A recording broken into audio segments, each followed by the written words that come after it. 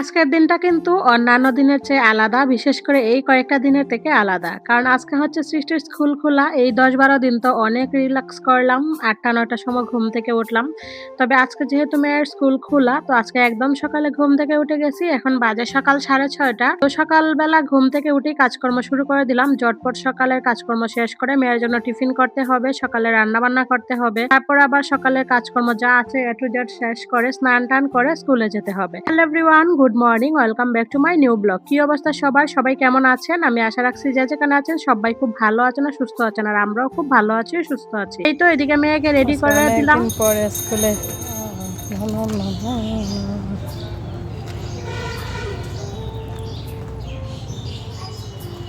বেশি দুষ্টামি করবা না, হ্যাঁ? সুন্দর করে লিখো। মেয়েকে স্কুলে পাঠিয়ে দিলাম। এবার হচ্ছে আমি রুমগুলো সুন্দর করে গুছিয়ে নিচ্ছি। আর আমার ছোট মেয়ে হচ্ছে ওই রুমে আমার ভাইয়ের সাথে আছে আরকি। তো যাই হোক বন্ধুরা, ভিডিওর এই পর্যায়ে প্রত্যেক দিনের মতো একটা রিকোয়েস্ট করে নিব। আপনারা যে বা যারা আমার এই ভিডিওটা দেখতেছেন কিংবা দেখবেন, প্লিজ আপনাদের সবার কাছে আমার হার্ডলি রিকোয়েস্ট রইল। অবশ্যই একটা করে লাইক করবেন, একটা করে কমেন্টস করবেন। আর যারা আমার চ্যানেলে কিংবা আইডিতে নতুন আছেন, ফেসবুক থেকে দেখলে আইডিটাকে ফলো দিয়ে রাখবেন। আর যারা ইউটিউব থেকে দেখতেছেন অবশ্যই চ্যানেলটাকে সাবস্ক্রাইব করে পাশে থাকবেন। কারণ আপনার একটা লাইক, একটা কমেন্টস এর কারণে আমার এই ভিডিওটা পৌঁছে যাবে আরো অসংখ্য নতুন বন্ধুদের কাছে। তো প্লিজ আপনি চাইলেই পারেন আমার এইটুকু হেল্প করতে। আর যারা প্রতিনিয়ত এই কাজগুলো করে আমাকে সাপোর্ট করতেছেন, সামনের দিকে এগিয়ে নিয়ে যাচ্ছেন, আপনাদের সবাইকে জানাই আমার অন্তরের অন্তঃস্থল থেকে অসংখ্য ভালোবাসা। আমার এতে স্নান-টান সবকিছু করে এই তো ছোট মেয়েকে রেডি করে দিলাম। এবার চলে যাচ্ছি স্কুলে, সৃষ্টিকে নিয়ে আসি।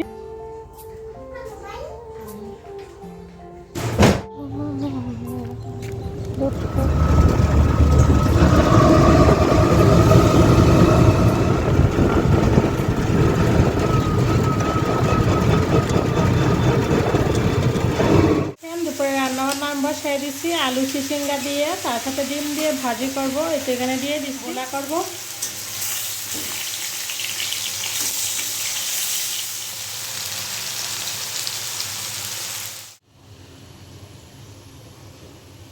সৃষ্টিকে স্কুল থেকে নিয়ে আসার পরে আর আপনাদের সামনে আসতে পারি নাই। এখন একদম রান্নাঘরেই চলে আসলাম। তো এই তো দুপুরে রান্নাবান্না চলছে। এখানে হচ্ছে আমি আলু চিচিঙ্গা ভাজি করতেছি ডিম দিয়ে। সেজন্য এই যে দেখেন একটা ডিম দিয়ে দিলাম। আর তার সাথে মাছের ঝোল মাছ ভুনা করবো আরকি। তার সাথে হচ্ছে মাছের ডিমের বড়া। এই যে দেখেন মাছের ডিমের বড়াগুলো খুব সুন্দর করে আমি লাল করে ভেজে নিচ্ছি। কোনো বড়া যদি একটু লাল না হয়, মানে ক্রিস্পি না হয়, তাহলে কিন্তু খাইতে ভালো লাগে না। রান্নাবান্না কমপ্লিট। এবার হচ্ছে আমি মেয়েকে খাওয়াই দেবো। তারপর হচ্ছে আমরা খাবো। তো বড়াগুলো রেখে তারপর হচ্ছে এদিকে আমি ছোট মেয়ের জন্য ভাত নিয়ে চলে আসলাম। ওই যে দেখেন ও টিভি দেখতেছে আর খাইতেছে। আর দেখেন আমার বিছানার কি অবস্থা। তো বিছানাটা আবারও অফ ক্যামেরাতে গুছিয়ে নিলাম। গুছিয়ে এই তো এদিকে আমি রুমগুলো ঝাড়ু দিয়ে নিচ্ছি। ওরা এখনো খায় নাই। কারণ সৃষ্টিবাবু এখনো আসে নাই। আসলে পরে খাওয়া-দাওয়া হবে আরকি। আর আমার বড় মেয়ে স্নান করতেছে। ভাই হচ্ছে ওইদিকে শুয়ে রইছে। চলেন রুম-টুম ঝাড়ু দেই। আর এইদিকে এই যে দেখেন আমি রুম ঝাড়ু দিতে সৃষ্টিবাবু এসে গেছে। এবার হচ্ছে সৃষ্টিবাবু স্নান করবে। স্নান করলে পরে আমরা সবাই মিলে দুপুরে খাওয়া-দাওয়াটা করে নিব। তো চলেন দেখা হচ্ছে খাওয়া-দাওয়ার সময়। এখনকার মতো আসি। এই তো খাওয়া-দাওয়া করতে চলে আসলাম। আর এই যে দেখেন ওদেরকে খাইতে দিছিলাম। ওইখানে হচ্ছে আমার বড় মেয়ের থালায় ভাত রইছে। তো ওই থালায় আমি বসে গেলাম আরকি। অনেকে আসলে হয়তো এটা দেখে ঘৃণা করতে পারে। কিন্তু ভাই আমি সবার ভাত খাইতে পারি। আমার কোনো সমস্যা হয় না। তো বড় মায়ের থালায় বসে গেলাম। চলেন খাওয়া-দাওয়া করি। তো দেখা হচ্ছে খাওয়া-দাওয়ার পরে। শুভ সন্ধ্যা আমার প্রিয় বন্ধুরা। খাওয়া-দাওয়ার পরে আর আপনাদের সামনে আসি নাই। এখন একদম সন্ধ্যার সময় চলে আসলাম। তো ভাবলাম একটু পিঠা করি। বাহিরে বৃষ্টি হচ্ছে। আর এখন মুখরোচক কিছু খাইতে মন চাচ্ছে। তো সেজন্য এই যে দেখেন একটু তেলের পিঠা ভেজে নিচ্ছি। ঘরে যেহেতু গুড় আছে, তার সাথে চালের গুঁড়িও আছে। ভাবলাম একটু পিঠাই করে নিই। আর বেশ অনেকদিন পরই আজকে পিঠা খাওয়া হইতেছে। আর দেখেন পিঠাগুলো কি সুন্দর হইছে। তো বন্ধুরা দেখেন কি সুন্দর ক্রিস্পি লোভনীয় পিঠা রেডি। এখন আমরা খাবো সবাই মিলে।